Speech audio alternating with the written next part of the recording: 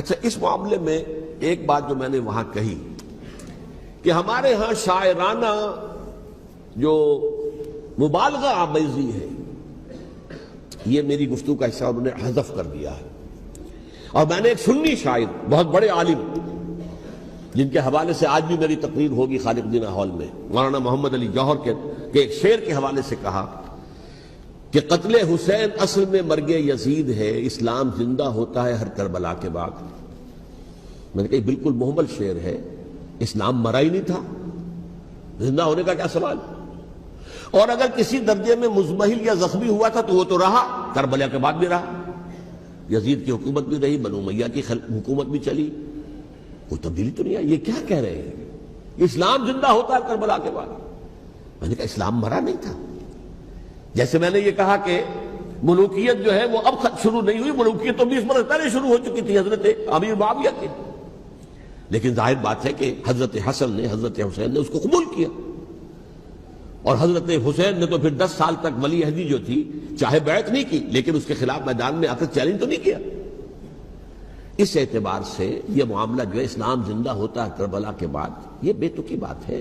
ہاں، حضرت شاہ اسماعیل شہید رحمۃ اللہ علیہ کی اگر میں تشبیہ کو، تمثیل کو سامنے رکھوں تو اسلام کی عمارت 6 منزلہ ہے، 6ٹھی منزل ٹاپ کی وہ گر گئی، 5 منزلیں انٹیکٹ تھیں، اسلام مرا نہیں تھا. عدالت میں شریعت کے مطابق فیصلے ہو رہے تھے، قاضی تھے، مفتی تھے، شریعت نافذ تھی، اسلام کہاں مرا تھا. جبکہ خود کہہ رہے ہیں علامہ قلب صادق کے ایک مفتی کے فتوے سے ہی حضرت حسین کو قتل کیا گیا. اب وہ مفتی کی رائے، اس کی بدنیتی ہو، جو بھی ہو، وہ جانے، اللہ جانے. لیکن عام مسلمان کیا کریں؟ اس پہلو سے اسلام مرا نہیں تھا. ہاں، ایک منزل گر گئی تھی، وہ گری رہی، 1000 برس تک گری رہی، یہاں تک کہ آ کر مغربی امپیریلزم نے اس کے گرایا، ملوکیت کا معاملہ ختم کیا، اور وہ جبرین ملوکیت دوسری آ گئی. ورنہ وہی بادشاہی چلی ہے.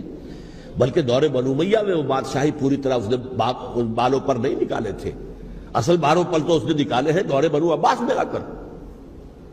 اور پھر سلاطین جو ہے ترک، جو ترک خلفاء ہے، ان کا بھی بادشاہت تھی، اور کیا تھا، وہ خلافت تو نہیں تھی. تو یہ تو اسلام میں جو بھی نقص واقع ہو گیا تھا، کمی واقع ہو گئی تھی، وہ جو کی تو برقرار رہی.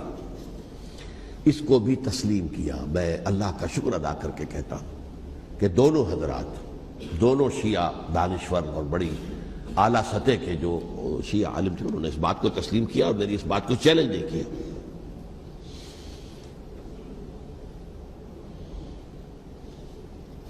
اصل میں تیسری بات میں نے یہ کہی کہ دیکھیے حضرت حسین رضی اللہ تعالی عنہ کی اس شہادت کے بعد، اس کے بعد واقعہ حرہ بھی ہوا، جو واقعہ کربلا سے بھی بعض اعتبارات سے زیادہ بھیانک اور زیادہ گھناؤنا واقعہ بنو امیہ کی تاریخ ہے، جس کو لوگ جانتے ہی نہیں. مدینہ کے کچھ لوگوں نے بغاوت کی اور انہوں نے اس کے خلاف فوج بھیجی، اور فوج کو جب مدینہ فتح کر دیا، 3 دن کے لیے حلال کر دیا، جو چاہو کرو، یہاں جسے چاہو مارو، جسے چاہو لوٹو، جس کا گھر چاہو برباد کرو، جس عورت کو چاہو ریپ کرو. اور یہ مدینہ النبی کے اندر ہوا. تو کاٹ کھانے والی ملوکیت کے اندر بہت سے واقعات ہوئے. عبداللہ ابن زبیر کھڑے ہوئے، انہوں نے حکومت قائم کی تھی، لیکن یہ کہ وہ تو 6 سال کے لیے کامیاب بھی رہے، ایک حکومت قائم کی، بنو امیہ کے ہاتھ پر بیعت نہیں کی، بالآخر ان کی حکومت بھی ختم ہو گئی. پھر حضرت زید کھڑے ہوئے، انہوں نے بغاوت کی، وہ بھی ناکام رہ گئے. پھر بنو عباس میں کھڑے ہوئے حضرت نفس زکیہ، حضرت حسن رضی اللہ تعالیٰ عنہ کے اولاد میں سے، وہ بھی ناکام ہو گئے، شہید ہو گئے. پھر یہ سمجھ لیا گیا کہ اب یہ جہاں تک 6ٹھی منزل ہے وہ تو دوبارہ تعمیر نہیں ہو سکتی. یہ تو جس کی لاٹھی اس کی بھینس، جس کے پاس طاقت ہوگی اس کی حکومت ہوگی، جس کا قبیلہ زیادہ قوی ہوگا، جس قبیلے میں زیادہ عصبیت ہوگی، مضبوط ہوگا، متحد ہوگا، طاقتور ہوگا، اسی کی حکومت ہوگی. البتہ اس کے نیچے لوگوں کے اخلاق کی اصلاح کرو.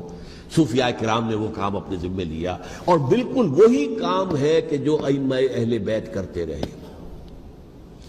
حضرت حسن کی اولاد میں پھر حضرت علی بن حسین رضی اللہ تعالی، حضرت حسین کی اولاد میں پھر امام محمد باقر، امام محمد جعفر صادق، اور اس کے بعد بھی 5 اور. کسی نے بغاوت نہیں کی.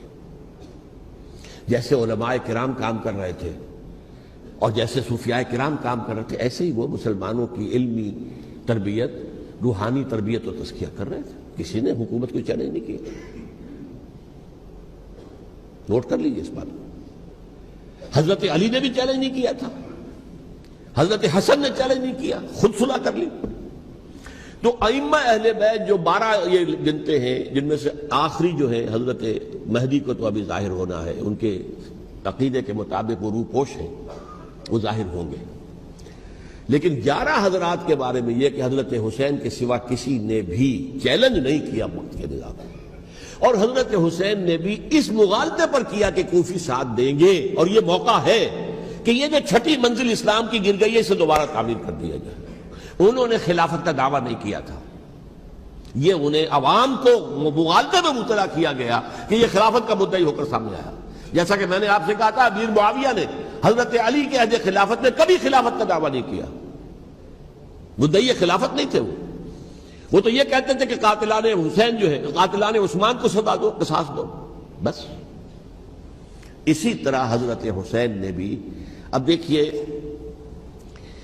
اس ضمن میں اس میں کوئی شک نہیں ہے، حضرت حسین رضی اللہ تعالی عنہ کی جو شہادت ہوئی ہے اور ان کے ساتھیوں کی، اعزاء و اقارب کی، تاریخ انسانی میں یہ عزم، ہمت، شجاعت، مثابرت، صبر، استقلال، استقامت، اس کی ایک بہت روشن مثال ہے، بہت روشن مثال ہے، بہت روشن مثال ہے. لیکن اس سے تاریخ کی رفتار پر کوئی اثر نہیں پڑا. وہ جو ملوکیت آ گئی تھی وہ اور گہری سے گہری ہوتی چلی گئی. واقعہ کربلا کے بعد تو واقعہ ہررا ہوا، میں نے گنوا دیا آپ کو. اس سے زیادہ تو میرے خیال میں کہ اور ہمارے لیے لائق شرم جو ہے کوئی واقعہ ہے ہی نہیں.